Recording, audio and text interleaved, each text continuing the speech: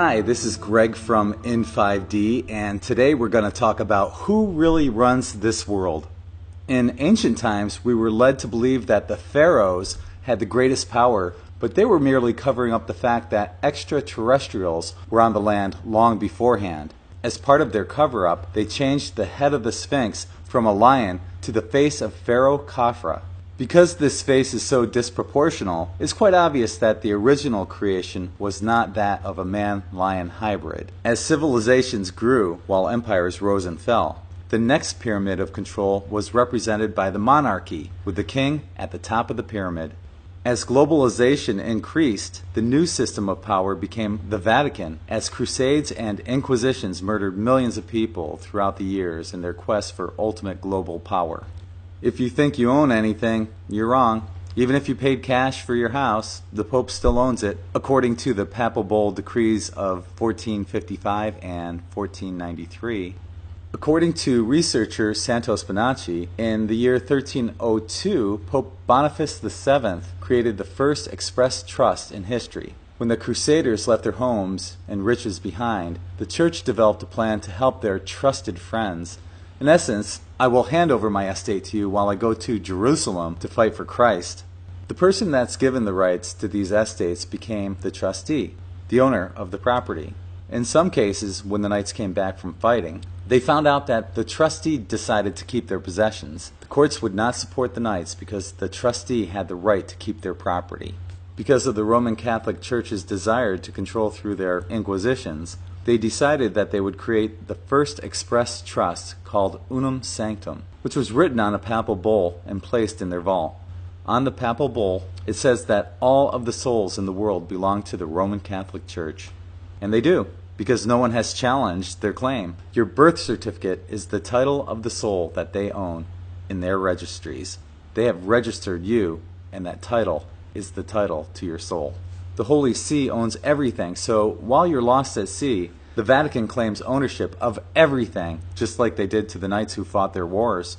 Because secret societies are so compartmentalized, even they have their own pyramid of control. For example, the Freemasons have a Christian Bible in all of their lodges, but at the top of Freemasonry, you'll find the Luciferian doctrine that honors and worships the fallen angel Lucifer.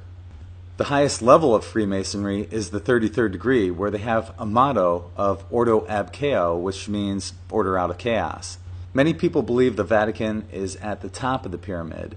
What many people do not realize is that the Pope is being controlled in secrecy by a person known as the Black Pope. This system of control is similar to any democratic election process, where politicians are selected, not elected. The current acting Pope is merely a puppet and spokesman for the Black Pope.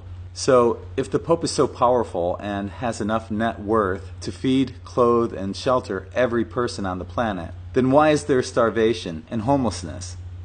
Why does the Vatican own so much gold, and who truly is pulling the strings of the Black Pope?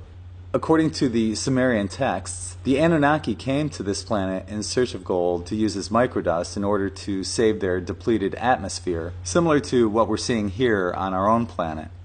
At first, they used their own lineage to mine the gold on this planet, but eventually, they decided it would be easier to genetically manipulate the existing species of man on Earth to mine gold for them. This explains why gold is considered such a valuable asset on our planet. It also explains why the Vatican has so much of it, because they're simply answering to their overlords, the Anunnaki. So, who's above the Pope? Lower-level malevolent extraterrestrials such as the reptilians and Dracos have their hands in all facets of our society. We even see how the overlords protect their buildings with gargoyles and how the reptilian is prominent in ancient symbolism. So who's above the reptilians and Dracos? The Anunnaki are the Draco and reptilian overlords, yet just like those competing for the ultimate power on this planet, these factions are battling themselves as well. In alchemy, there's a saying, as above, so below. Our planet has been in total peace for only 8% of our recorded history.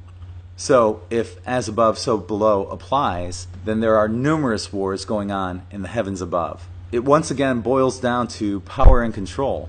Just like on our planet, the malevolent extraterrestrials use fear as their source for control as well. It's become obvious that this planet is being terraformed for one of these malevolent factions. With their need for gold and through the use of advanced technology, the Anunnaki are above the reptilians and Dracos. But who's above them?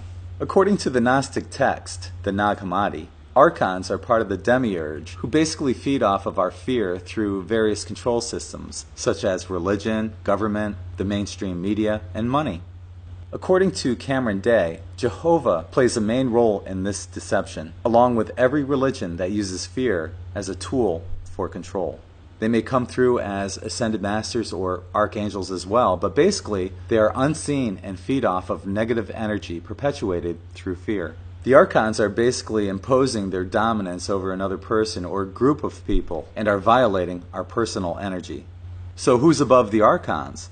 Just like the Wizard of Oz, there's a malevolent being or race of beings who feed off of negative energy. This explains why you'll never feel good after watching the nightly news or reading the headlines of any mainstream newspaper. It's a vicious cycle of fear, death, pain, suffering, misery, and sacrifices to the overlords. So how do we escape this system of perpetual fear and economic slavery? First off, don't give them your power. Renounce your own personal sovereignty by saying that you no longer agree to be part of their system of control. According to Cameron Day, the first step is to engage the self-clearing system protocols and revoke all agreements that you have made with any beings that don't have your best interests in mind. Next, revoke all agreements to see reality in polarized terms. Every time you revoke agreements, be sure to reclaim your energy that had gone into them. Then affirm your commitment to transcend the control paradigms of the corrupt demiurge without being sidetracked by the pointless polarity battles. You can also turn off your TV, literally. Whether your TV is turned on or turned off, it can emit negative frequencies that play on your psyche. Virtually everything that's on TV is a distraction that prevents you from finding your true divine purpose for being here. Lastly, we all need to come together.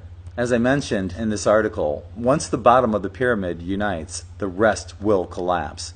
This is why those in power right now are trying to push race wars and have kept us economically divided. We have the power in numbers to make this world into a literal paradise without the need for economic subservience. But it all boils down to everyone coming together under a common cause and standing up for the best interests of humanity.